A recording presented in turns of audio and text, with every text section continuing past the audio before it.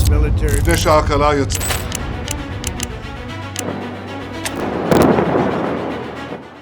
একবার নয়, দুইবার নয়, বারবার বেঁধে দেয়া হয়েছে সময়সীমা। কিন্তু প্রশ্ন একটাই, এই আলটিমেটাম দেয়া হবে আর কতবার, এবং এর ফলাফলই বাকি। মার্কিন প্রেসিডেন্ট ডোনাল্ড ট্রাম্প ইরানকে আবারও হুমকি দিয়ে উল্লেখ করেছেন আলটিমেটামের কথা। তিনি বলেছেন 6 এপ্রিল সোমবারের মধ্যে হরমুজ প্রণালী খুলে না দিলে দিতে হবে চরম মূল্য।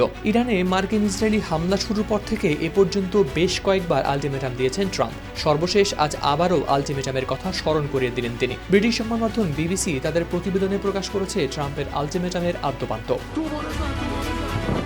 ট্রাম্প প্রথমবার আলটিমেটাম দিয়েছিলেন গেল 21 মার্চ। তিনি ঘোষণা করেন 48 ঘন্টার মধ্যে ইরান যদি নৌপথটি খুলে না দেয় তবে দেশটির বিদ্যুৎ কেন্দ্রগুলো পুরোপুরি গুঁড়িয়ে দেওয়া হবে। বিশেষ করে বড় বিদ্যুৎ কেন্দ্রগুলোকে আগে লক্ষ্যবস্তু করার হুমকি দেন তিনি। দ্বিতীয় আলটিমেটাম আসে এর 2 দিন পর, গেল 23 মার্চ। সেবার কিছুটা নরম হয়ে আসে ট্রাম্পের সুর। দুই দেশের মধ্যে খুবই ফলপ্রসূ আলোচনা হয়েছে দাবি করে তিনি জ্বালানি অবকাঠামোতে হামলার সিদ্ধান্ত 5 দিনের জন্য পিছিয়ে দেন। 72 ঘন্টা ময়েশ্চার লক সমৃদ্ধ লিলি বডি ওয়াশ, শিয়া বাটারের গুডনেস স্কিন রিপেয়ার করে রাখে সফট ও গ্লোয়িং। ট্রাম্প গেল 27 মার্চ দেন তৃতীয় আলটিমেটাম।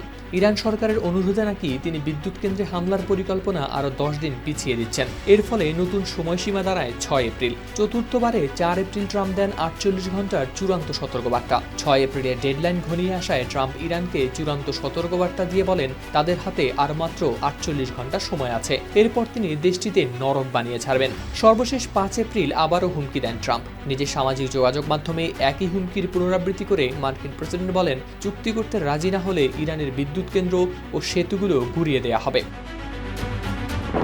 এদিকে এই চরম হুমকির মধ্যেই ট্রাম্প দাবি করেন কিছু ইরানি কর্মকর্তা এখন আলোচনার টেবিলে রয়েছেন। আগামীকাল সোমবারের মধ্যে একটি চুক্তিতে পৌঁছানোর ভালো সম্ভাবনা রয়েছে বলেও বিশ্বাস করেন তিনি। অন্যদিকে তেহরান বারবার অস্বীকার করেছে এই দাবিগুলো এবং আলোচনার বিষয়টিও স্পষ্টভাবে নাকচ করে দিয়েছে দেশটির পররাষ্ট্রমন্ত্রী আব্বাস আরাকচি। সব মিলিয়ে এই ধারাবাহিক আলটিমেটাম দেখাচ্ছে একদিকে চাপ সৃষ্টি, অন্যদিকে আলোচনার ইঙ্গিত, কিন্তু বাস্তবে পরিস্থিতি এখনো রয়ে গেছে অনিশ্চিত।